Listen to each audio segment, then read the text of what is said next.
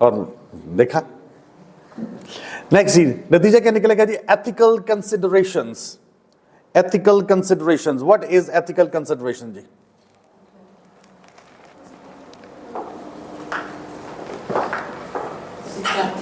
इखलाकियात। अब do you think, अभी हम वी वर टॉकिंग अबाउट कि do you think that the computers were having some emotions? No. तो वो कोई इमोशंस को नहीं देखता, वो कोई एथिक्स नहीं है उसके अंदर।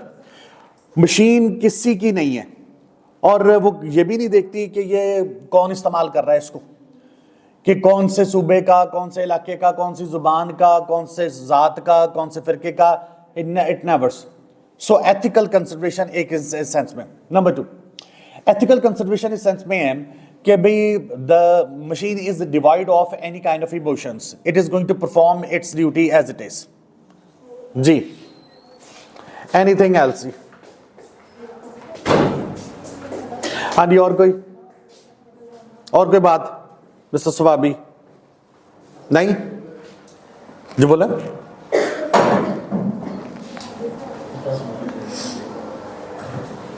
चलो जी, नेक्स्ट आएंगी, next topic child labour.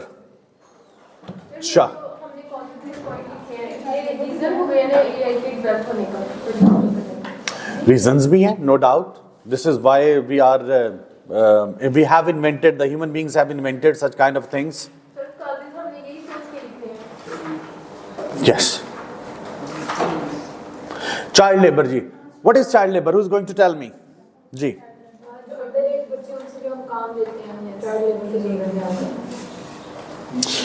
Child labour में हम जब छोटे बच्चों से काम लेते हैं, द रीजन बिहाइंड, क्यों छोटे बच्चों से काम लिया जाता है, या छोटे बच्चे खुद काम करने पर क्यों मजबूर हो जाते हैं? सॉरी, एक सेकंड भैया, बात तो कर ले। क्या? फाइनेंशियल प्रॉब्लम्स, लिख लो जी, फाइनेंशियल प्रॉब्लम्स। फोर्स भी तो किया जाता है। सबसे पहले फाइनेंशियल प्रॉब्लम लिख लें।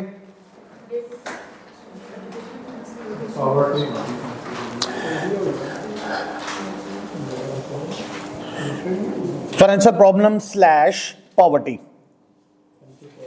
Welcome. What is the effect if a child is going to work at a very tiny age? What is going to happen? देखिए वो देखिए बात सुन, उसके पास फाइनेंस होता तो वो एजुकेशन वैसे ही हासिल कर लेता। अगर वो पुअर ना होता तो उसने एजुकेशन हासिल कर ही लेनी थी। हम तो कह रहे हैं कि अगर उसके पास पॉवर्टी है, गुर्बत है, फाइनेंशियल प्रॉब्लम्स हैं, what will be the result? No doubt child labour होगी, बचपन खराब हो जाएगा, जिंदगी खराब हो जाएगी, हेल्थ इफेक्ट होगी, बीमार हो जाएगा जी, physical harm, physical harm.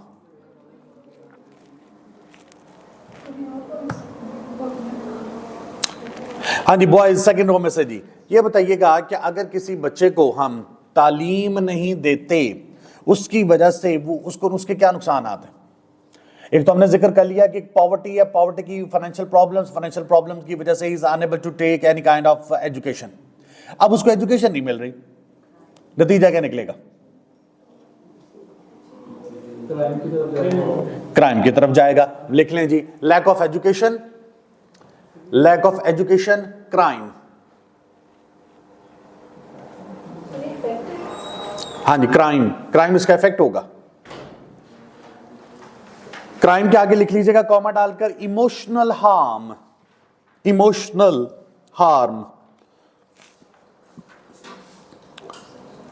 What is emotional harm?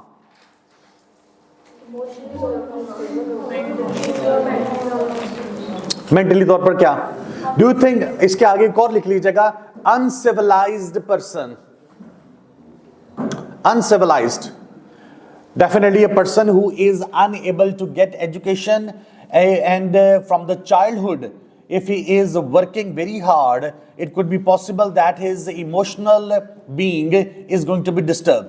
Number one. Number two, हमने कहा क्या लिखा था इमोशनल फार्म के साथ?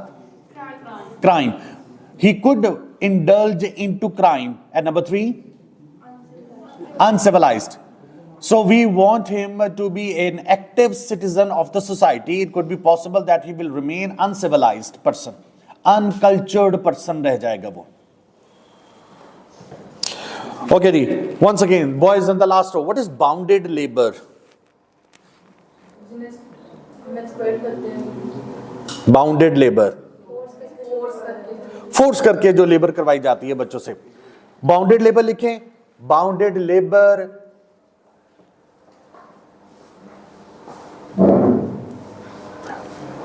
हम ना इसको पहले ऐसा करें, कॉज की जगह पर लिख लें डेट, DEBT. कॉज में लिख लें डेट स्लैश लोन. हाँ, ये भी आ सकता है, ये भी.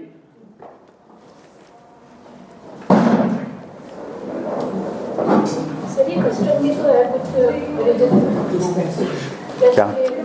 जो ब्लैक पीपल है उसका कस्टम है कि वो चार्ज लेकर काफी यहाँ ब्लैक पीपल में अफ्रीका के अंदर अगर अब हम जाते हैं ना तो देखिए वहां पर तो सारे लोग वैसे पॉवर्टी का शिकार है, गुर्बत का शिकार होने की वजह से वो क्या करते हैं, दे हैव बीन फोर्स्ड कि वो सारे लोग लेबर करते हैं. Even the females do the labours. आपने यहाँ पर देखा कि यहाँ पर जो खवातीन those who are unable to meet their lifes, तो क्या होगा कि वो भी लेबर करती हैं, घरों में काम करती हैं, तो वो उनको गुर्बत की वजह से सारे प्रॉब्लम्स जो है ना वो जनरेट होते हैं. लेकिन bounded labour no doubt it is attached with the financial problems. इसमें तो कोई शक नहीं है कि बाउंडेड लेबर के नतीजे में, चले लिख लें बाउंडेड लेबर कॉज आ गया, इफेक्ट इसका हो गया वंस अगेन अनएजुकेशन या इलिटरेसी. इलिटरेसी इसका रिजल्ट निकलेगा. सर आपने तो बाउंडेड लेबर जो है वो फाइनेंशियल प्रॉब्लम्स की वजह से होता है, लेकिन कुछ लोग ये हैं कि बच्चों को अगवा करने के बाद भी तो उनसे चाइल्ड लेबर की तरफ नहीं ले जाते, तो वो नहीं है. बच्चों को यूज करते हैं ना, बच्चों को पहले किडनैप करते हैं, उसके बाद उन्हें जो है वो चाइल्ड लेबर की तरफ ऐसे करते हैं.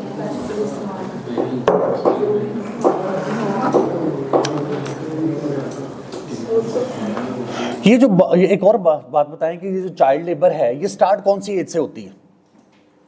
5, 6, 7, 8.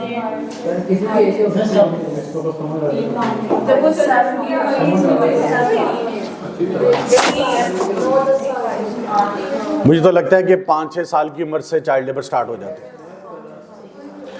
घरों में काम करने वाले या बेबीज को लुक आफ्टर करने वाले भी आपने देखे जी, छोटे बच्चे, कि खवातीन अपने घरों में छोटे बच्चों को रख लेती हैं ताकि बाजार भी जाना हो तो सामान उनसे उठाया जाता है या लुक आफ्टर करवाया जाता है बेबीज को, तो फिर वो भी एक चाइल्ड लेबर के जुमरे में आते हैं.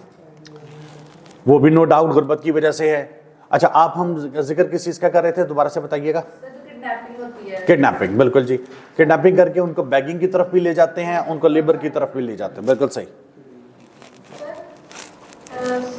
कुछ होते हैं बच्चे जिनके मतलब बाप दादा ने लिया होता है कर्जा. हाँ जी, अभी हम जब जिक्र कर रहे थे ना कि डेट का, ये लोन का, उन्होंने कहा sir it also leads to the financial problems. वो बाउंडेड लेबर के अंदर वो भी आ जाती है कि बाप दादा ने अगर कर्जा लिया हुआ है तो हम फिर उनकी फैमिली से कर्जा पूरा करने के लिए उनकी फैमिली को हम बाउंड कर लेते हैं. क्या ओवर पॉपुलेशन भी चाइल्ड लेबर का प्रॉब्लम है? ओवर पॉपुलेशन होता ही है. Even if a father, if the head of the family is doing some kind of a work, काम जरूर वो कर रहा है, but he is unable to feed a huge family, so then he is unable to manage the expenses of all the children, then the father forces the child to work, कि वो काम करे. वो छोटी एज में ही बच्चा जो है ना वो काम करना शुरू कर देता है. No doubt he will parallel, he must be taking some kind of an education as well, but at the same time he is also earning money. वो चाहे मतलब आपके सामने ये जो ऑफिस बॉय है ये पढ़ भी रहा है और काम भी करता है. अब ये फर्स्ट ईयर में इलामा इकबाल ओपन यूनिवर्सिटी से पढ़ रहा है, and his father is also a watchman, guard हैं, एंड दे आर 6 brothers. एक फौज में है सिपाही के तौर पर, एक किसी मीडिया कॉम में लगा हुआ है, सब ने इंटर किया या मैट्रिक किया हुआ है। अब हमने फिर एक लिटरेसी और फंक्शनल लिटरेसी, दो चीज़ों के बारे में पढ़ा था। इलिटरेट के बारे में तो हमने ये पढ़ा था कि person who is unable to read and write. Functional illiterate वो लोग होते हैं जो पढ़ लिख तो जाते हैं, यानी उनको लिखना पढ़ना सारा कुछ आता है, नाम लिखना सब कुछ है, but they are unable to read and comprehend the complex things including the prescription, including the accounts, economics, इस तरह की चीजें वो नहीं समझ सकते। So these people are just like them, they are the functional illiterate people. ये अखबार पढ़ लेंगे, कुछ लिखी हुई उर्दू की चीज़ बड़ी अच्छी तरीके से पढ़ सकते हैं, समझ सकते हैं, लेकिन शायद किसी अकाउंट्स को मैनेज नहीं कर पाएंगे, बिल्स नहीं देख पाएंगे, वो तमाम चीज़ें नहीं कर पाएंगे। So they are functional literate but they are bounded if for labour. Labour इस वजह से over population, because their parents are unable to manage this things, so they are looking after themselves as well. अच्छा जी, cultural and social norms, next point जी इसी में, cultural and social norms.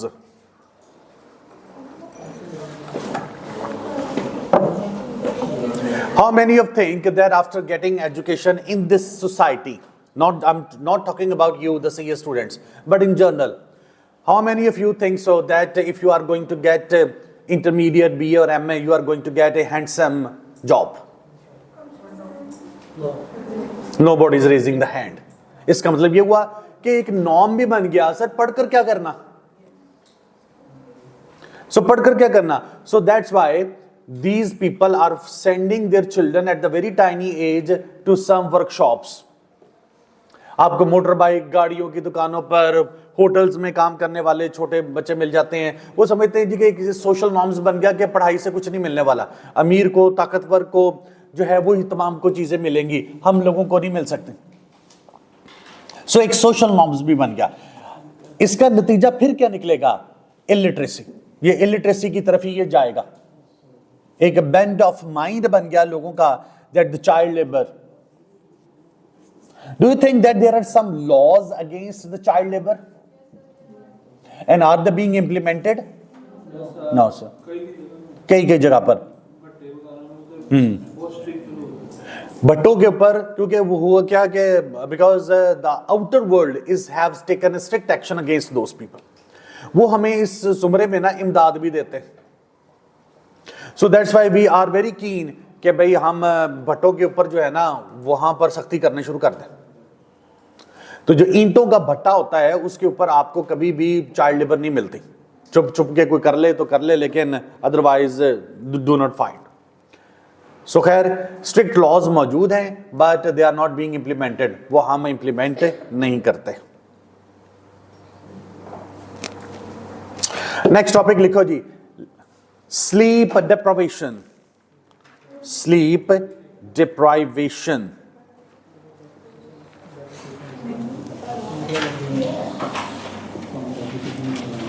जी किसी को नींद ना आने की सबसे बड़ी वजह?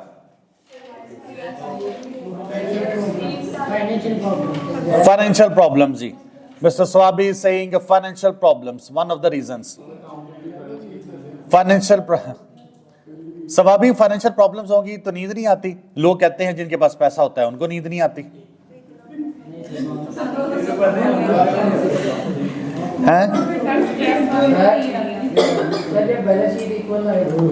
बैलेंस शीट इक्वल तब भी नींद नहीं आती, तो AI नहीं काम आएगा उस वक्त, वो भी नहीं कर सकता। Then you have to call Mr. Wasim Akram.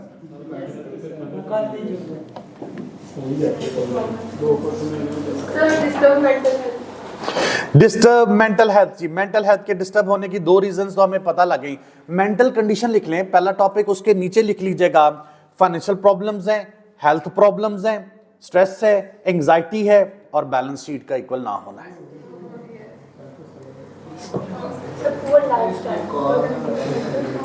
Poor lifestyle से मुराद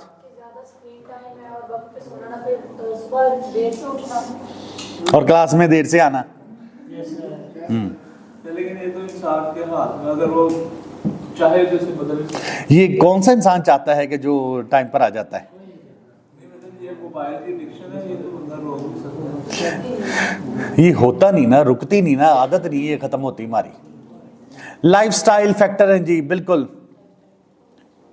लाइफस्टाइल फैक्टर के नीचे इसके सब पॉइंट्स लिख लीजिएगा।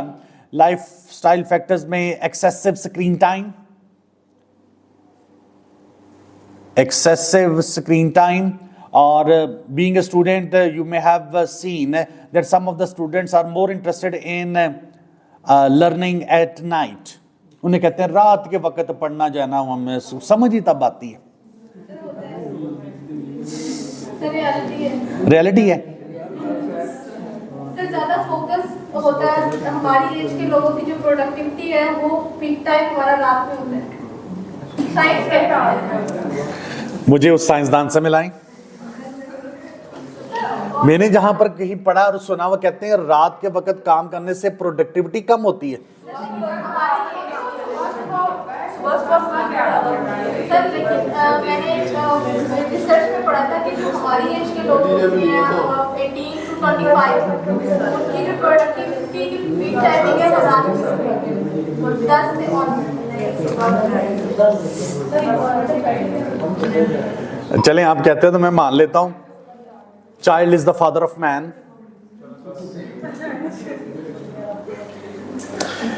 लेकिन लाइफस्टाइल में, लेकिन हम समझते हैं it is going to decrease your cognitive functions, understanding ये कम होती है।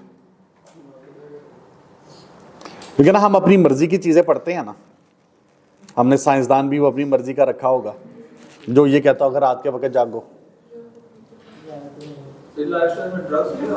बिल्कुल आएंगे।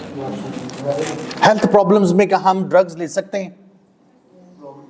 हमने जब जिक्र किया था मेडिकल कंडीशंस का या मेंटल कंडीशंस का जिक्र किया था, जिसमें स्ट्रेस, एंजाइटी, हेल्थ प्रॉब्लम्स के साथ हम ड्रग्स, लेकिन ड्रग्स लेकर तो बंदा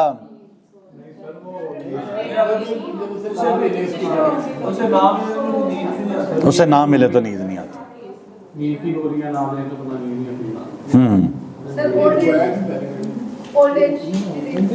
ओल्ड एज की वजह से भी स्लीप डिप्राइवेशन है, फिर हेल्थ प्रॉब्लम्स में आ जाएगा। बिल्कुल सही जी। सॉरी, हाँ हम ये कह सकते हैं बीइंग ए स्टूडेंट, या फिर आपका जब हमने कहा ना लाइफस्टाइल में आप इस एक फिक्रा इसमें ऐड कर सकते हैं कि हैबिट्स,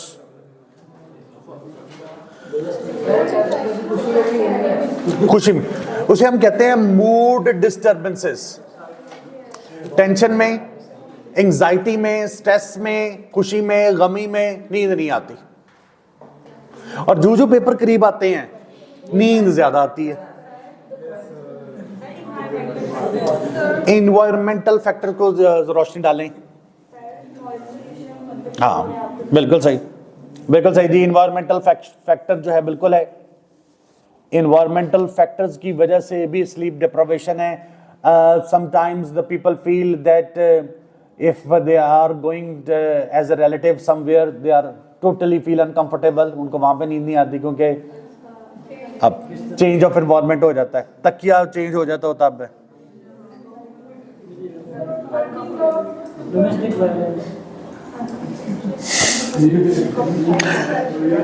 आखिरी बात जाके स्वाबी खत्म होनी है पॉलिटिकल वायलेंस पर।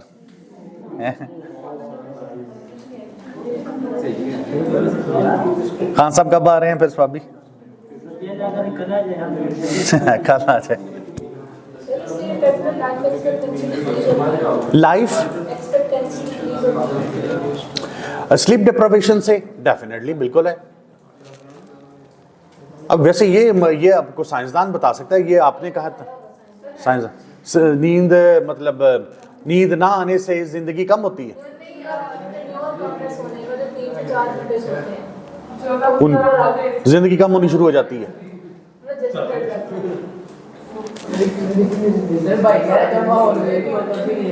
माहौल इन मैं दसता आज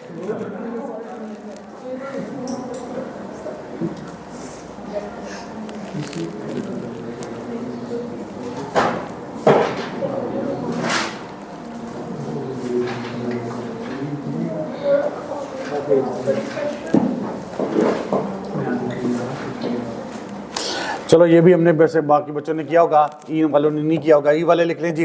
health problems in the rural areas, ये आप लोगों ने खुद ही करना है, बाकी उन्होंने नहीं ना किया हुआ, ई सेक्शन वालों ने नहीं किया हुआ।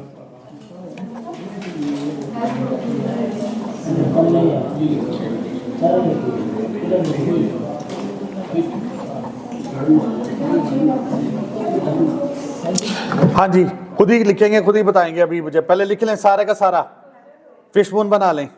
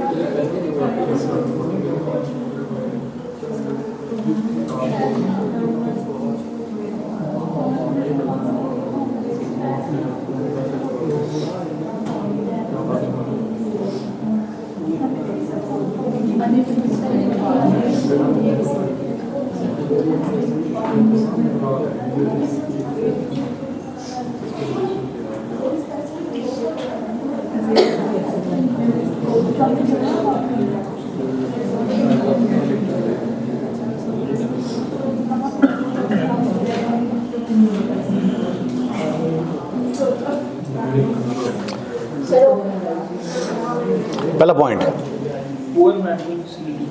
Poor medical facilities, poor medical facilities, health facilities, इसका नतीजा क्या निकलेगा जी?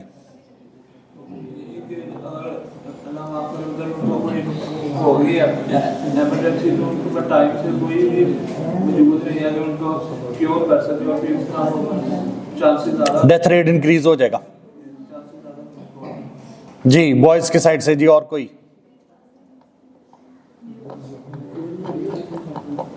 नो जी, हॉस्पिटल्स बहुत ज्यादा दूर होंगे। अभी हमने यही जिक्र किया, poor health facilities. Poor health facilities के नीचे लिख लीजिएगा lack of doctors, infrastructure, medicine, ये तमाम उसके सब पॉइंट्स के जुमरे में आ जाएंगे। आप दोनों में से कौन है जी? Limited access of clean water, बिल्कुल सही। हम इसको सैनिटेशन एंड सीवरेज, बिल्कुल सही। जब मेस होगा तो गंद फैलेगा, गंद फैलने से डिजीजेस जो हैं वो इरप्ट होंगी, बिल्कुल। पुअर सैनिटेशन एंड हाइजीन, कुछ कहने लगे जी? जो रूरल एरियाज होते हैं चाइल्ड लेबर्स आम होते हैं, तो ज़्यादा क्या आम होते हैं? Child labours, lake of education भी होती है। नहीं, इसका हेल्थ प्रॉब्लम से क्या ताल्लुक? इसलिए लेक ऑफ एजुकेशन होगी तो चाइल्ड लेबर होगी, तो चाइल्ड्स में बच्चों में जो है वो हेल्थ प्रॉब्लम्स और मेंटल प्रॉब्लम्स।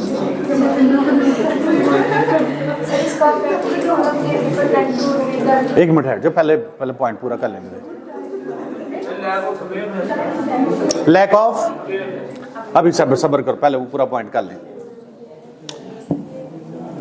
आपने कहा कि चाइल्ड लेबर की वजह से स्ट्रेस होगा, हेल्थ प्रॉब्लम्स, मेंटल प्रॉब्लम्स आती हैं, तो that is also prevailing in the urban areas as well. Child labour तो है, लेकिन अगर हम रीजन सिर्फ उनकी यहाँ पर वो तलाश करें, वहाँ पर वंस अगेन अगर हम कहें लैक ऑफ एजुकेशन है, इलिटरेसी है, और lack of awareness about the cleanliness and tidiness है, यानी सफाई सुथराई का वो ज़्यादा ख्याल नहीं रखते, जिसकी वजह से हेल्थ प्रॉब्लम्स क्रिएट होने शुरू हो जाती हैं। ये एक प्रॉब्लम ज़रूर हो सकता है, बट चाइल्ड लेबर को बीच में ऐड ना कीजिएगा। वेट, पता नहीं क्या था उसके बाद, आपकी बारी थी जी। लैक ऑफ अवेयरनेस, यही था? अच्छा, lack of awareness about precautions, उसके अलावा पोलियो खतरे नहीं मनाते हैं बिल्कुल, lack of education, lack of awareness, बल्कि स्टबर्न है, जिद्दी हैं कुछ चीजों के बारे में, जैसे they are not going to be vaccinated with polio drops और कोविड ड्रॉप्स और कोविड इंजेक्शंस। वो कहते हैं जी नहीं लगवाना, इसराइल की साजिश है, मुल्क के मफाद को सीरियसली नहीं लेते। मुल्क के बुखार को है अकेला बुखार, हल्के बुखार को, हल्के बुखार को सीरियस ना लेना, क्या ये अवेयरनेस में ही आएगा? बिल्कुल सही। केयरलेसनेस, बिल्कुल सही, केयरलेसनेस आ जाएगी जी। Poor diet, but there is another dichotomy of the things that they think, so that pure organic food is available in the rural areas, but balanced diet ना खाएं।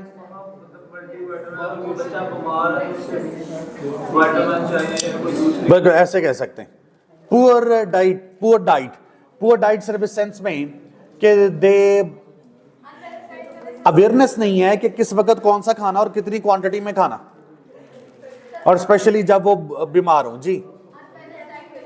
अनबैलेंस्ड डाइट, बिल्कुल सही, सही लफ्ज आ गया जी, अनबैलेंस्ड डाइट।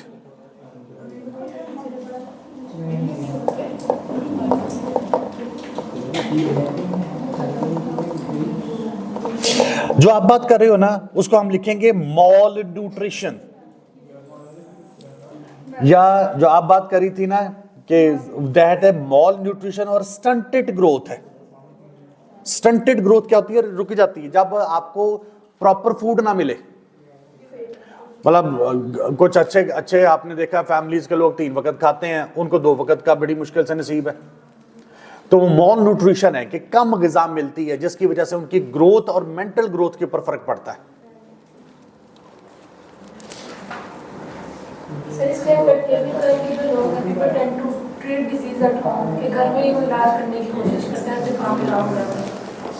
उन्हें हम क्या कहते हैं? अताई डॉक्टर की इंग्लिश होती है क्वैक्स।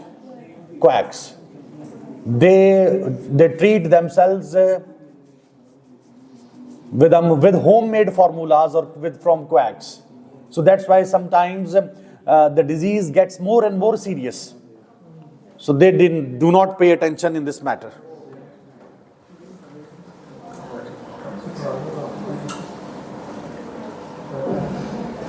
अच्छा, जो ना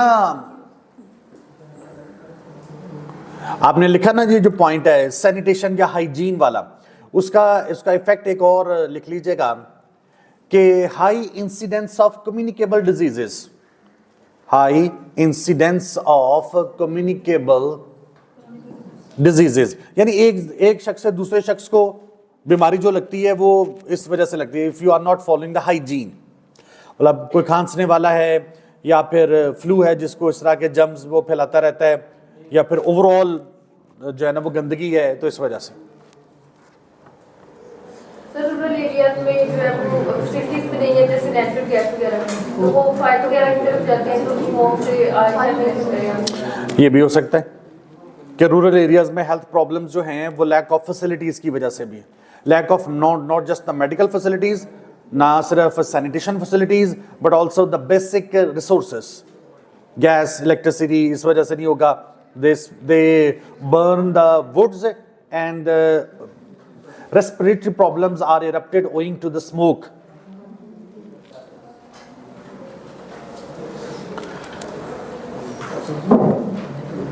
नेक्स्ट आपका पॉइंट है जी, नेक्स्ट और लास्ट करते हैं जी, water crisis in Pakistan. Water crisis in Pakistan.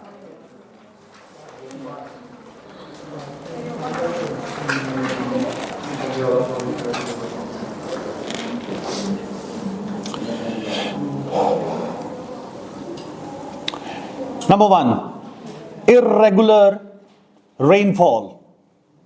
Irregular rainfall pattern. What does it mean by irregular rainfall pattern? कभी होती है कभी नहीं होती, यानी जिन दिनों में हमें जरूरत है उन दिनों में शायद ना हो। मतलब फ्लड्स आते हैं, फ्लड आए but we do not have any storm कि जहां पर हम फ्लडेड वाटर को स्टोर कर सकें, then the flooded water goes into the sea, या फिर वो इधर उधर इलाकों में चला जाता है जिसकी वजह से और भी नुकसान होते हैं। तो इररेगुलर रेन पैटर्न्स हैं, प्लस इसके बाद क्लाइमेट चेंज भी है, इसके साथ ही क्लाइमेट चेंज लिख लीजिएगा। नेक्स्ट ही नतीजा क्या निकलेगा, reduced agriculture productivity, reduced agriculture productivity. एक मिनट, फूड से के मतलब पहले आ जाएं। Irregular agriculture productivity, do you think that it also going to hamper the food scarcity? खुदाक भी कम हो जाएगी। हमारे यहां पर 2-3 साल पहले फ्लड आया, फ्लड आने की वजह से इंटीरियर सिंध जो था that was mostly affected and many of the agricultural land was under the water cover, so we have to import the wheat and some other household vegetables from across the borders. अब वहां से मंगवानी पड़ गई।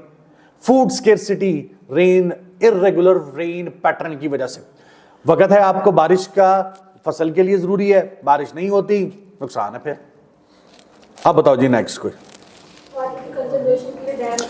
बिल्कुल जी, poor infrastructure for water conservation, poor infrastructure for water conservation.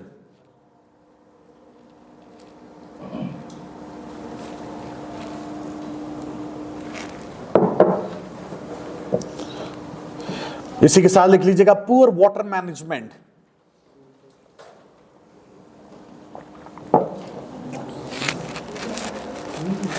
पानी के जखीरे को क्या कहते हैं? It is called reservoir, reservoir, RESERVOIR, reservoir. पानी के जखीरे नहीं है हमारे पास, डैम्स नहीं है हमारे पास, स्टोरेज कैपेसिटी नहीं है हमारे पास, सो पुअर मैनेजमेंट है हमारे पास।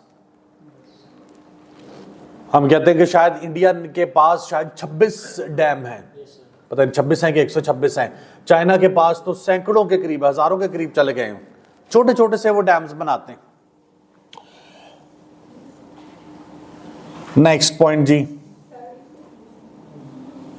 जी जी बोले। बिल्कुल है, rapid population growth is one of the cause. जब हम बात करते हैं वाटर क्राइसिस की, तो we are also discussing about the drinking water as well.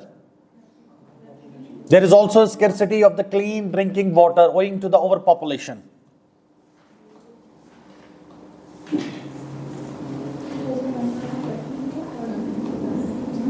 एक और बात आएगी इसमें, वो थोड़ी सी आपको टेक्निकल है, समझ आए या ना आए। Social and political problem, social and political problem.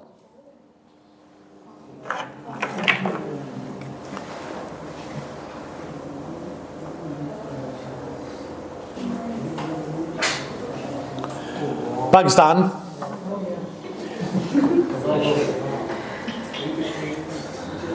चार सूबे, जब रेनफॉल होती है तो पानी ऊपर से आता है, और जब ज्यादा बारिश होती है तो क्या हुआ, मैंने क्या गलत कहा? बारिश होती है पानी आता है, ज्यादा बारिश होती है ज्यादा पानी, कम बारिश होगी तो कम पानी आएगा। जब ज्यादा बारिश होती है तो एक बहुत बड़ा यहां पर प्लान था कालाबाग डैम के नौशहरा के करीब। I am going to talk about the social and political unrest. पहले भी मंगला और तरबेला KPK के अंदर बने हुए हैं, और हमारे कुछ दोस्त हैं जो KPK के हैं, वो फिर थ्रेट देते हैं कि अगर आपने हमारी बातें ना मानी तो हम बिजली की तरसील मुनक़ता कर देंगे सारे पाकिस्तान को। I know, he is from Sawabi, KPK, and that's why I call him Mr. Sawabi, and he belongs to PTI Dr. Asad Kaisar. Doctor Kaisar साहब, जो असद कैसर साहब हमारे कौमी असम्बली के स्पीकर भी रहे हैं पीटीआई की गवर्नमेंट में, and he belongs to his territory, so that's why जी। एनीहाउ, अच्छा जी, कालाबाग डैम है, कालाबाग डैम कि नहीं बन सकता, क्यों नहीं बन सकता या नहीं बना गया? It was a huge project, आज से कुछ 40 साल पहले बन सकता था। सिंध कहता है कि अगर यहां पर कालाबाग डैम बन गया तो इट कुड बी पॉसिबल कि जो पानी है उसका फ्लो हमारे एरियाज में कम हो जाएगा, क्योंकि पानी ने ऊपर की तरफ से आना और ये पंजाब में से गुजर कर आएगा, and there is a lack of trust and confidence on KPK, Punjab and Sindh.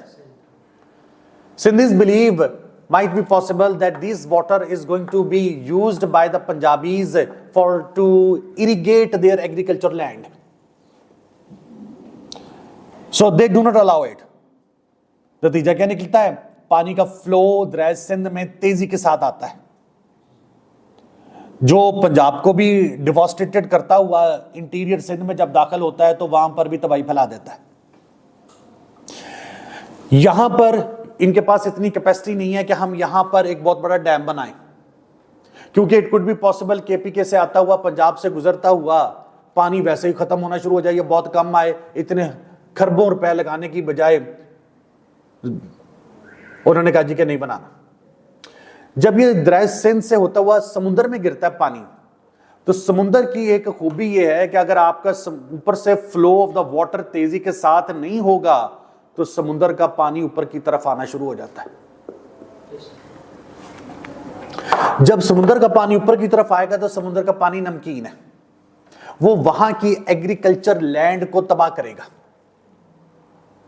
इसलिए प्रेशर के साथ ऊपर से पानी का आना बड़ा जरूरी है।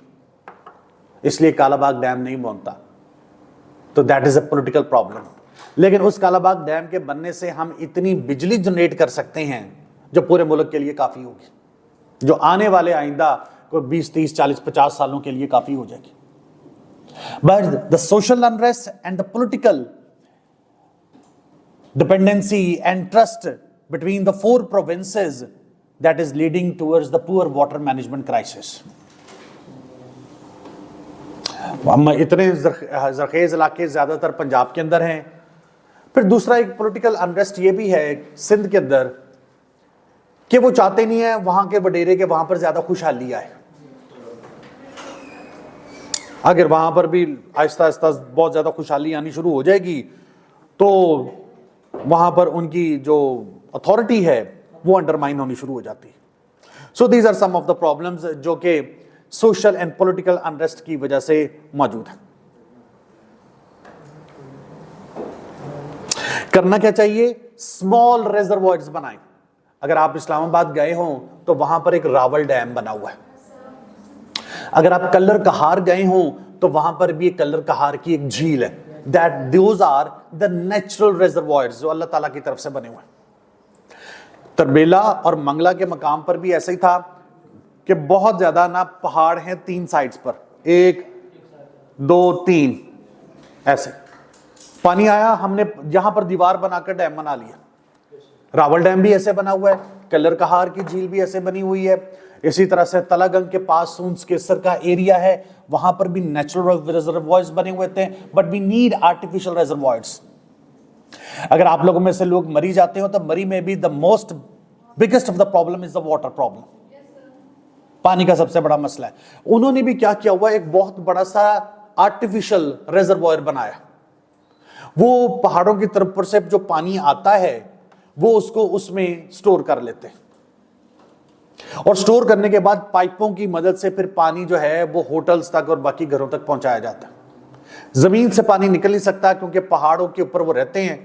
फिर आपके अगर कोई जानने वाले इस्लामाबाद में हों तो वो भी इस्लामाबाद या पिंडी का एरिया भी ऐसे बना हुआ है और वहां पर एक मोटर लगाने का जो खर्चा है वो 2-2, 4-4 लाख रुपया है। 5 लाख था रिसेंट पिछले साल। और ये भी कोई श्योरिटी नहीं देते कि पानी निकलेगा कि नहीं निकलेगा, ये भी नहीं। वहां पर भी फिर टैंकर्स इस्तेमाल होते हैं, यानी पानी आएगा, आपने अपने घरों के नीचे बेसमेंट बनाई हुई है, उसमें वो पानी डाल के चले जाते हैं, पूरे का टैंक। कराची में भी ऐसे ही है, इस्लामाबाद के भी मुख्तलिफ इलाकों में ऐसे।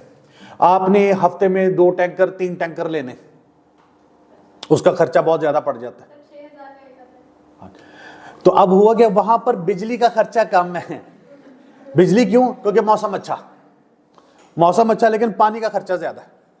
और हम भी आप देखिएगा कि that in Pakistan we are wasting a lot of water. हमारे यहां पर रोजाना लोग सड़कों को पानी लगा रहे हैं। बुजुर्ग हजरात जो है वो, there is a famous proverb in these, हमारे घरों में कि आज बेड़ा तो लो, गराज तो लो, ठीक है। अब ये जो है ना, that is a total wastage of water. अभी भी रहना, चलो करना बंद कर दो। सर अगर शाम वक्त की आपने बात की, वहाँ पर अगर बोरिंग कर भी दी जाए, अगर वहाँ पे बोरिंग नॉट श्योर कि पानी निकलेगा। अगर आप निकल भी है पानी, एक साल से ज्यादा वो रिजल्ट नहीं चलते, हाँ, फिर और करना पड़ेगा। एक साल के बाद क्या तो आपको दोबारा करवाना पड़ेगा, जिसमें से पहले आपको लास्ट ईयर के आपने भी करवाया और वो 6-7 लाख के ही नहीं गए, इसके लास्ट ईयर मेरे दादा ने भी करवाया था, तो एक साल से ज्यादा नहीं चलता। और पानी और नीचे होता है। और यही फैसलाबाद में भी ऐसे ही है। फैसलाबाद में भी ऐसे ही है। बंद कर दिया ना? कर। फैसलाबाद में भी ऐसा है कि the level of the water is going down and